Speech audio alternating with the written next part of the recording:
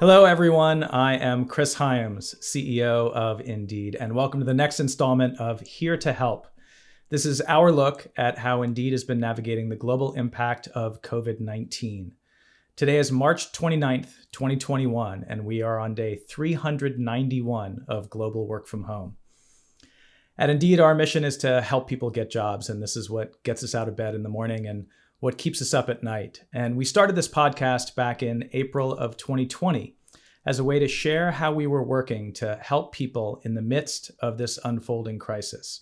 And over the past 12 months, it has evolved into something that is truly special to me on a personal level. Every week I get to sit down with a different Indeed employee and talk about some aspect of our mission, our values, and our business. But really what's been happening is we've been getting a view to the people behind all of that. And after all, our mission to help people get jobs means that people are at the heart of our business.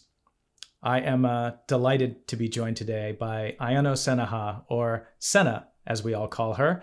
Sena is a director of the board at Recruit Holdings, Indeed's parent company, and will become the chief operating officer of Recruit on April 1st. Sena is the youngest promoted executive in a company of over 45,000 people and is the most senior female executive at Recruit Group. And I've had the pleasure to work closely with Sena since Indeed's acquisition by Recruit back in 2012. I've been asking Sena to be my guest on Here to Help for a while, and she has finally agreed to join me. I am very excited for our conversation today. Sena, thank you so much for joining me. Hi, Chris. Thank you for having me. Let's start out where we always start these conversations by asking, how are you doing right now? I'm good. I am honored to join you today, and I am a little nervous, as you know, but I'm good. How are you? I'm doing very well. I'm really excited for our conversation and to get a chance to talk a little bit about your experience, but also about Recruit, which we have not spent a lot of time talking about on this podcast before. But let's start very briefly with you. I gave a really short intro, but you have a lot of job titles at Recruit Holdings. Can you tell us a little bit about your role and the scope of responsibilities you have at Recruit? Sure. So currently I am a Chief HR Officer, Chief Risk Management Officer, Chief in many things, and frankly it's too long and it's too confusing to everybody, including myself. So the board decided to call me COO from April the 1st. So that's well, that certainly simplifies some things. Let's take a minute and talk a little bit about Recruit. So Recruit Holdings is a 60-year-old public company headquartered in Tokyo and traded on the Tokyo Stock Exchange. But many people, especially in the US, don't know the history of the company. Could you share a little bit of the origin story of Recruit? It was a small startup when it all started. So our founder, Mr. Aizoe, when he was attending the University of Tokyo, he saw that it was very difficult for students to find available jobs, the information about jobs. Because at that time, it was in the 50s. So the information about the jobs, they were all very scattered. So sometimes they were on the bulletin boards of the career centers, or sometimes or many times actually, they need to rely on personal referrals from the professors or from their family members. And from different angles, the male students who are going to those great universities, they get invitations from many of those great companies. And yet, on the contrary, the female students who are going to the universities, but in suburban areas or the rural areas of Japan, they didn't get any invitations from those companies. So the job search process, as a process, it was not transparent and it wasn't fair. So the founder saw some potential in that whole situation, and he decided to gather all the information about the open roles onto the magazine. It was actually a campus magazine that he started.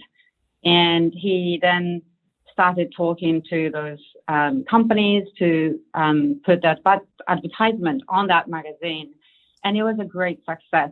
So when he graduated, instead of going to work for a company, he decided to start his own. And, that's what later became a Recruit. So his first product was all about the job listings all across Japan. And he put that one in the magazine so that everybody can have access to those information. And that was how it's all started. Yeah, it's really fascinating that the origin story of Recruit is almost exactly the same as the origin story for Indeed, just many years before we had PCs. But it's really interesting when you talked about the equality of opportunity there. I had a previous session a couple weeks ago talking with Jess Lysenko, who works in our Tokyo office. And one of the things that she talked about was the gender gap among workers in Japan. I'd imagine back when Recruit started, and even 20 or 30 years ago, the gap must have been even bigger. One of my favorite stories in earlier days of Recruit is this magazine called Torabayu. Maybe if somebody who is in Japan and listening to this, they would know what I'm talking about. That magazine was published in 1980. And that magazine was solely focused on female professionals who are looking for better opportunities. Now, it sounds like just normal, but just to put it into the context, it was 1980, and it was like 5 years or 6 years before the Employment Opportunity Parity Act was enforced here in Japan. So at that time, the norm in the society was, men work, women assist men. And when women get married or, settle down, they usually quit and be at home mom. That was the norm in 1980. And so when we published that magazine, it shocked the society because that was entirely for female professionals who are, looking for better opportunities. And so that's one of my favorite. But I guess it illustrates what we are as a company. We always have that question, like, is it normal? Isn't there a better way? And that, genuine question of an employee then became a product. And we question society by producing those products. And that I'm talking about 1960 as it's founded. And now the provide this, the female magazine, that was in 1980. So it's always very close to our core that we question what's the norm in the society by producing new products. So Recruit's history is really about, as you said, creating businesses to solve these problems of inequality, of inconvenience, and other concerns. Torabayu is just one of those. Can you talk a little bit about Recruit today? How would you describe Recruit's business? We've been constantly reaching beyond boundaries, and how can we do better, and how can we, propose better solution to the society. So it's always with us, and we, throughout the 60 years plus history, so 3 points, I guess, to summarize our history. The one component is, expansion from HR arena to different verticals. Housing, travel booking, to restaurant booking, to like many different verticals that we expanded. That's first element. The second element is, from paper-based magazine businesses into online, digital. So that's the second element. And the third element is the global expansion. So just looking back 10-year time frame, let's say 2010, our revenue from outside of Japan was less than around 5%. So it was nothing, tiny. And currently it's almost 50-50. the revenue split between Japan and non-Japan. So that's how rapidly we, changed and we evolved, and that's what we are, always changing, always evolving. Yeah, and that evolution is particularly remarkable given that the company had been around for 50 years before that global expansion started. And, one of the things in getting to know Recruit over the years for me that I hear over and over again is that the real focus is on betting on people and betting on passion. So can you talk a little bit about what it means to bet on people and to bet on passion? We have 3 values that we hold very dear to our heart. And the first one is wow the world, creating something new, wow the world. The second one is bet on passion. And the third one is prioritize social value. So those 3 are the core values that we have. And, zooming on to that bet on passion, it has 2 folds. The first dimension is how we develop our businesses. So all of our businesses, at least here in Japan, had its foundation in one employee asking a question like, why are we doing this? Can we do this better way? Like, how about this? What if? That kind of, genuine question about the social norm. And that usually is the foundation of a business line. So bet on passion in business developing, world, it's betting on the idea of an employee. That. And the second fold, the next element is about the career development itself. It really is about the ideas that people have and different ideas and the conflict of different ideas, right? And then having that conflict and somehow making that one, stupid idea into something great and, realize that to a business that we're currently having. So, it usually is when people are passionate about something that they're doing, that's when they shine. That's when they truly perform. So we believe that as a management team, betting on passion is the best bet that we can make. So that's what we are. So can you give an example of betting on passion and the results? The easy one for you guys is how Recruit met Indeed.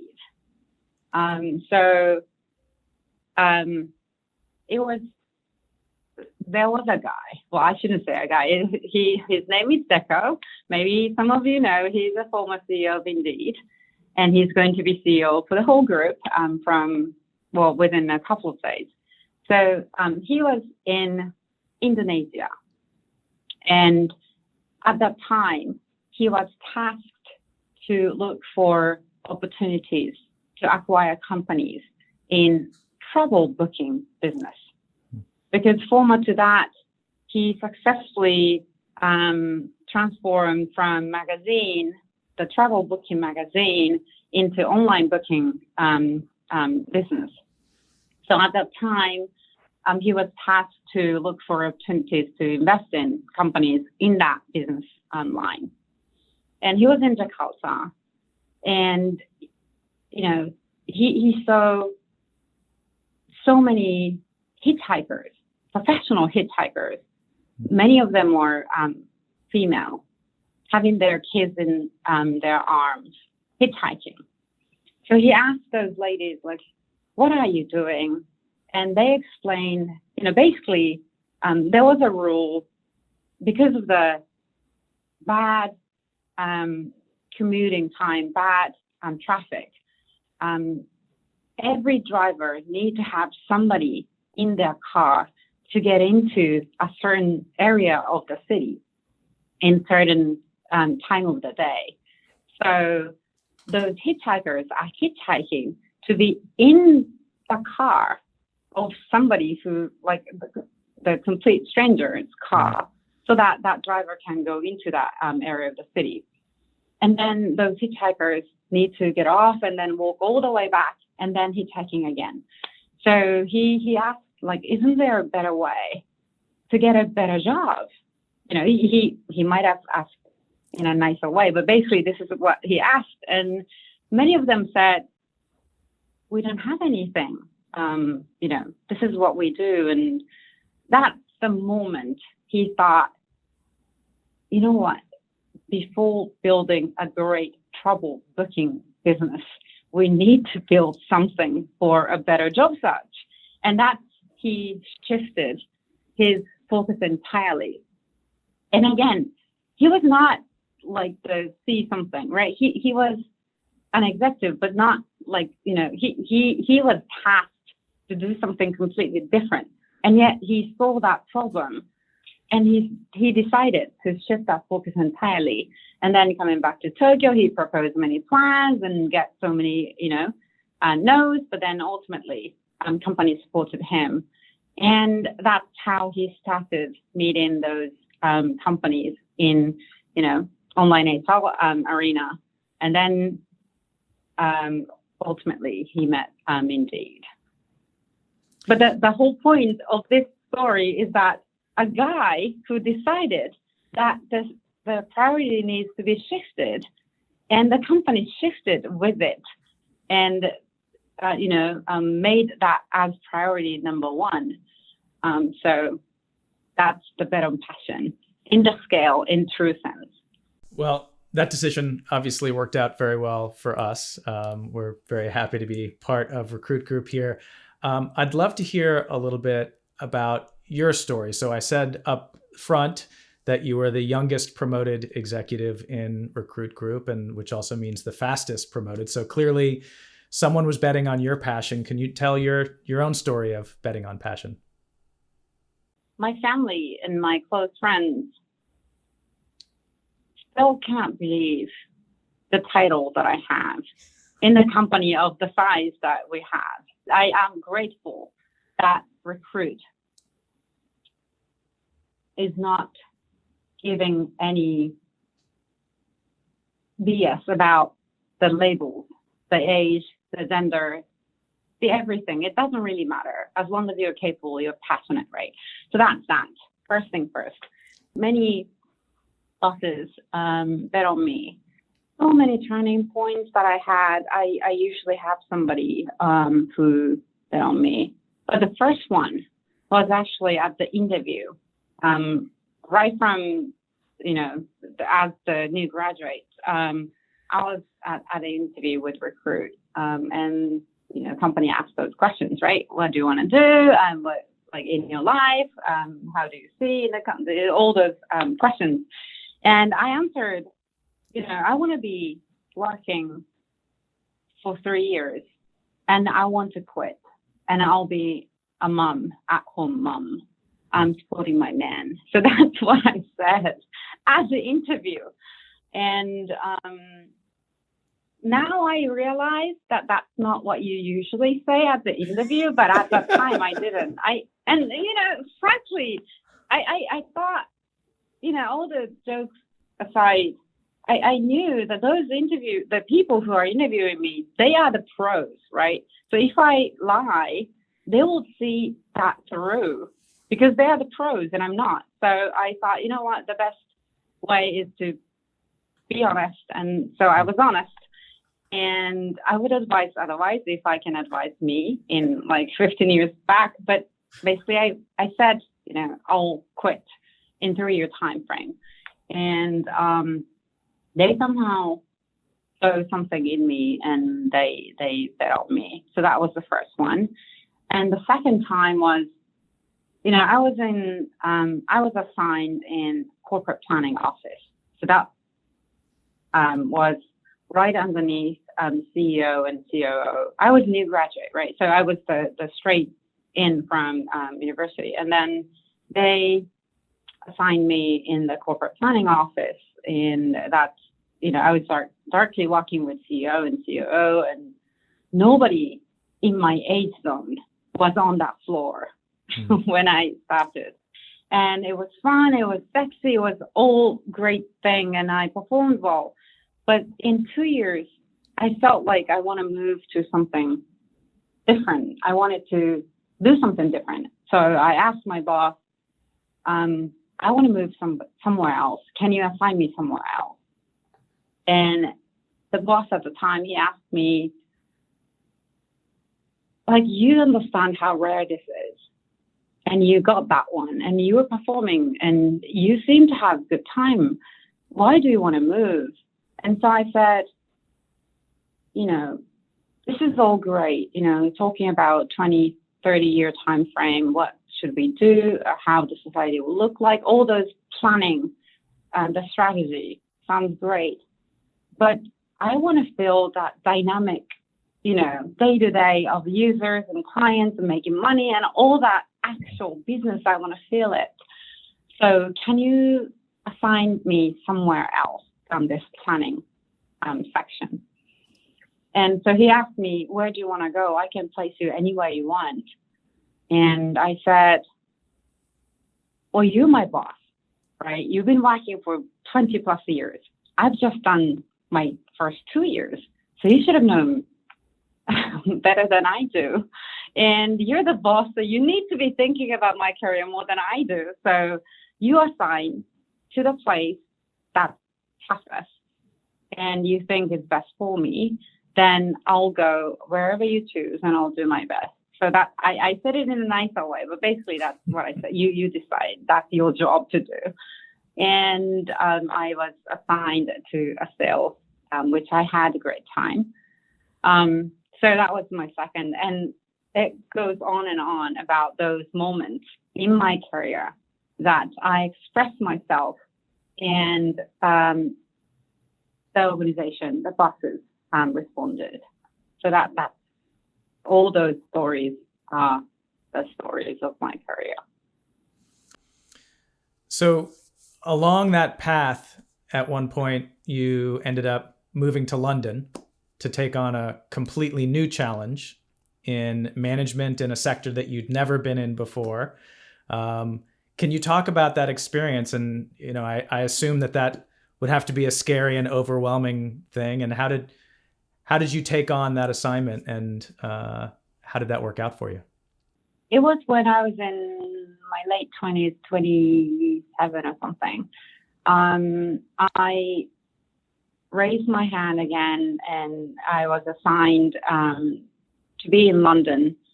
That was the company that we just acquired. So it was right after the acquisition. It was a staffing firm in London, which has 250 plus employees with 350 revenue, that size. And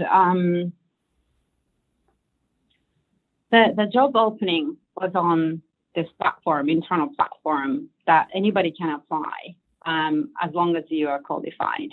And that guideline, it had, I think, 4 or 5,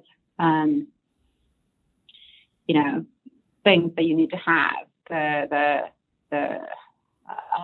don't remember everything, but the management experience, or the a certain level of English, or the experience in staffing business, or the financial expertise, or some of those lines, right? And I have none of them. I have some elements, but I wasn't a best fit candidate, let's put it that way. And the boss at the time, he somehow saw something in me, and he chose me over all those qualified candidates, and he placed me in London. That was my first time in my entire life to enter into that country. And my job was to turn the company around, because that company wasn't doing great. So after the acquisition, I needed to turn that company around, and I was the only one who was sent from the parent company.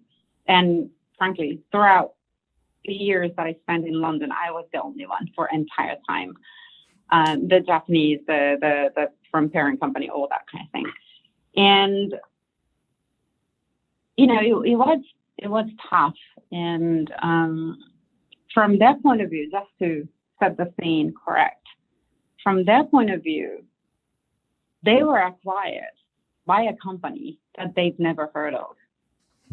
And now the parent company, this new parent company that I've never heard of, somehow sent 20-something young lady who doesn't seem to know about the country or the business at all. So from their point of view, like, let's treat her nicely as a guest and send her back to the country, right? That's the polite way of saying that we don't need you.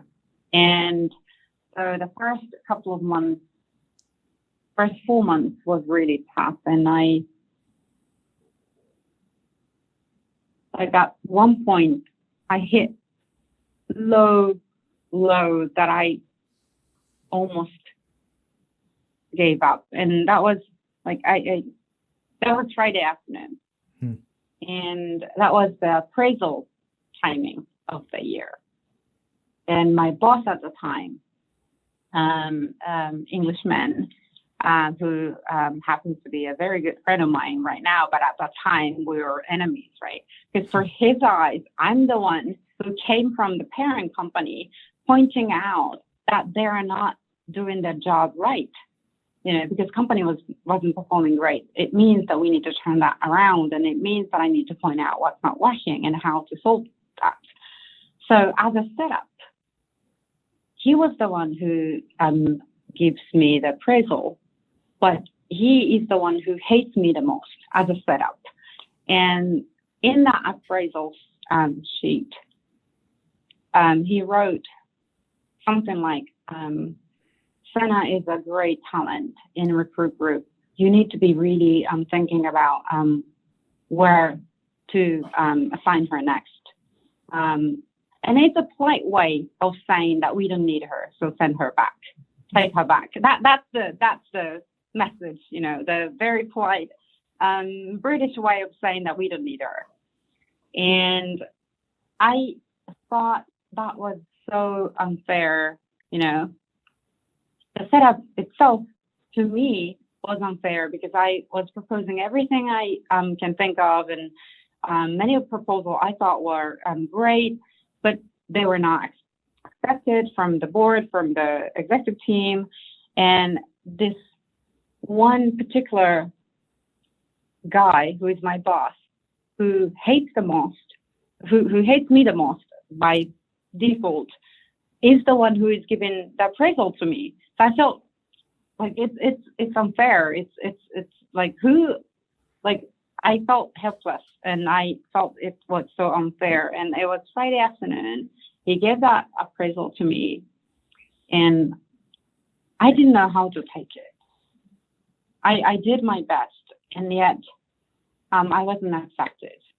So I didn't focus on that afternoon. So I decided to go home. Just to put it in the context, at that time I was married, so I left my husband in Tokyo to take this role. I had my friends and families and, all the great stuff. I left everything here in Tokyo to take that challenge and be in London. And I was in London alone and lonely. And for what? Receiving that appraisal saying that you're not good enough, so you just go home. And that's it. And I cried and cried and cried, and I like that ugly cry that you like, cry. And that was Friday night, and I couldn't eat anything, and I couldn't think anything, and I was thinking of going back. And then come Saturday morning, I was hungry. So I went out, and when I opened the door, sunbeams gently shining on me. Although I felt that pain emotionally, my body functions fine. I was hungry, and people are having a good time because it was a beautiful Saturday morning. And then I realized life is beautiful. Let's face it. The pain that I'm feeling is so small. Let's face it. Why am I so upset? Let's break it down. And I faced the fact that I wasn't fully ready. So I was not capable to do the role professionally. And that's the hard truth that I needed to face. But, I needed to stop complaining about the setup. I needed to stop blaming other people, because this is what I chose. I chose knowingly that I wasn't fully ready. So from that moment on, I focused on what can I do better? What can I do differently? And that's how I started to really become a member of the team. And we had a great adventure afterwards, but that's the lowest point. Raising hands is important, but you will hit the rock bottom because you're not fully ready. And it's okay not be fully ready. You can change your actions, and that can change other people's reaction. Well, so the end of that story, though, things did turn around a little bit. Can you just talk a little bit about what happened with that assignment in London?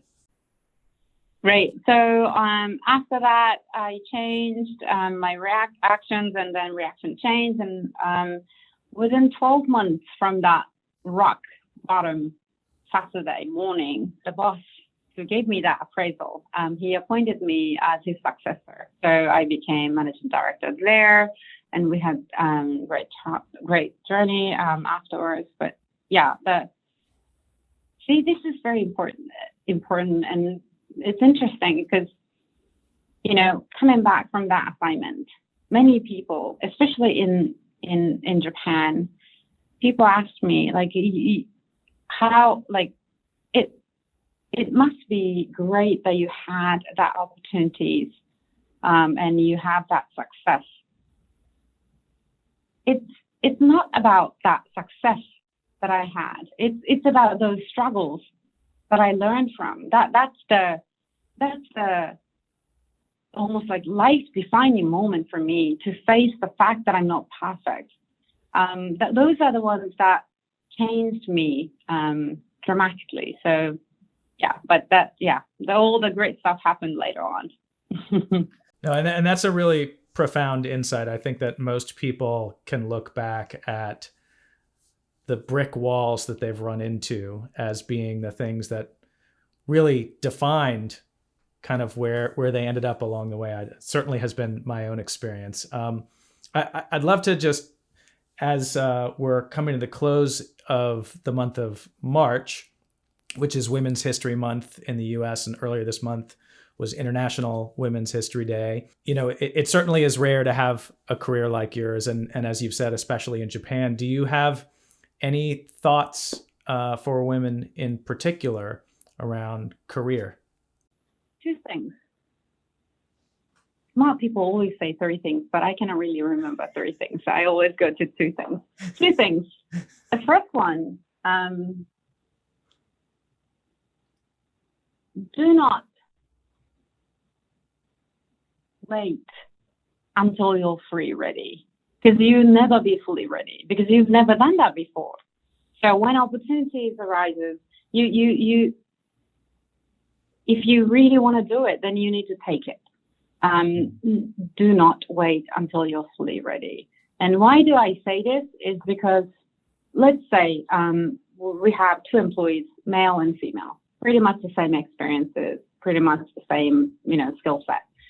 I hate to generalize, but there is tendency that women do not raise their hands to take opportunities.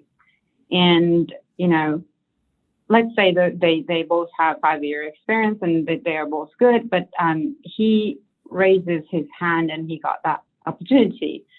At that time, it's the same, but let's say he took that opportunity, he did great, but he made many mistakes and he learned from that mistakes, and then he got a new opportunity, and then that goes on for 5 years, then he will be more capable than her, although their starting point was exactly the same, because he had that experiences.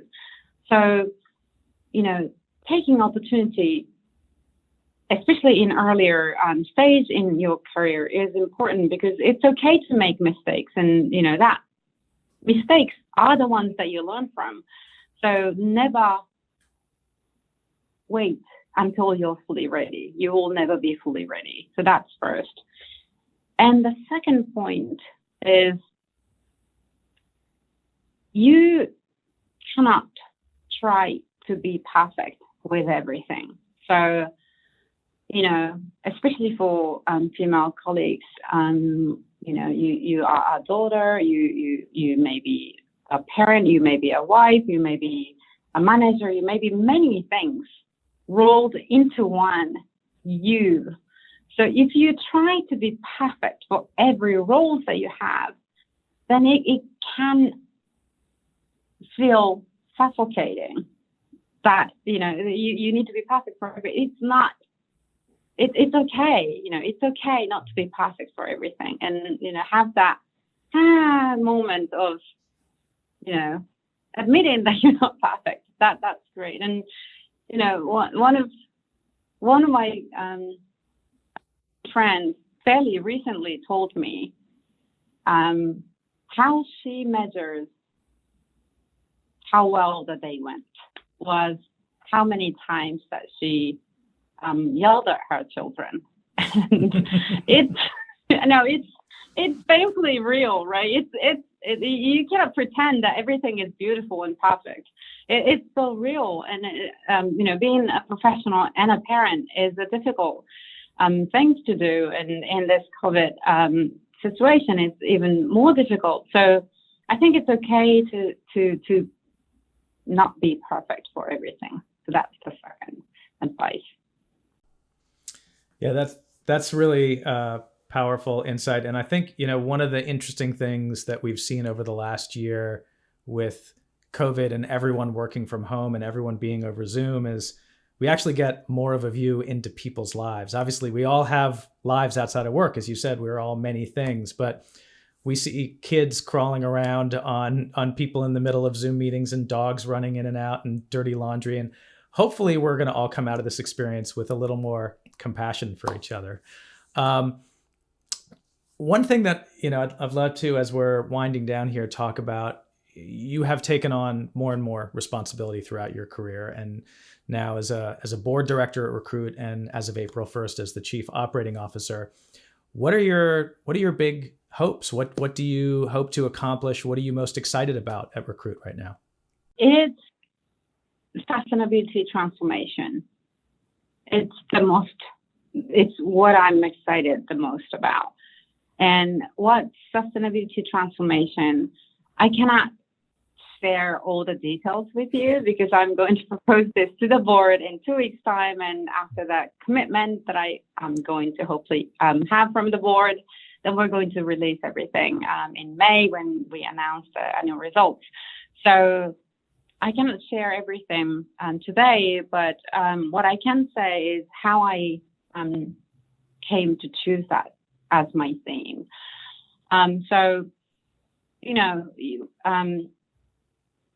A year back, I was going to join to the board of directors, and at some point I will graduate from Recruit, right? So on that day when I graduate, looking back my journey, what are the things that are going to make me smile? That was the question that I had. And, we've been saying that we're going to be number one in HR matching market. Now that's great. And we're doing everything we can do. But at the personal level, it's not going to cut it. Because, a matching is a matching. And looking down the earth from the moon or the sun, one matching is one matching. So millions of matching happen on platform A or platform B. Ultimately, doesn't really matter. And so talking about the size, the number one, that itself is not fully, it's not, I need more. And so what I want to do is to use that power of the size of the data, of the technology for the people who are still struggling. For instance, OECD report shared that 40% of households in OECD countries, 26 OECD countries, 40% of the households would go under poverty line if they don't have 3 months income. 3 months income. So what we're doing is critical, and we need to be better at what we're doing. And on the other hand, we cannot forget the people who are struggling to even enter into that market. So for instance, more than 7 million people in indeed operating countries, more than 7 million people are not getting a job after a year of job search. And it's a painful fact that we all need to face, right? There are many reasons, but it's fact that they are struggling to get a job after a year of job search. So how can we make an impact on those people who needed our support? That's what I am passionate about and I'm excited about. And it's a portion of the whole plan. And we're going to be sharing those with you in coming months. So stay tuned is everything I can say right now. So in some of these big goals, thinking about, and this goes back to Recruit's core values of impacting society, what can we do to make this all happen? There are lots to be done. Those external initiatives, the social impact, to be able to sustainably create those values for the society, there are things that we need to change internally. As we talked earlier on, difference in opinions, that's what makes us strong as a team. So diversity and inclusion is critical for us. So we're going to set a target for internal initiatives around diversity and inclusion or engagement of the whole workforce, because we need to get our house to be able to sustain the growth that we want to have. So there will be social impact, the external initiatives and internal initiatives that you're going to be hearing from me and Chris and everybody. Well, I'm very excited to hear more, and I'm so glad that you were able to join us today for this conversation so we could learn certainly a lot more than most folks knew about Recruit, but really to get a little bit of your story, which is an amazing one. And I think we're still at the beginning of the Sena story, so I'm excited to see the rest of it unfolding. And thank you for joining me today. Thank you for having me.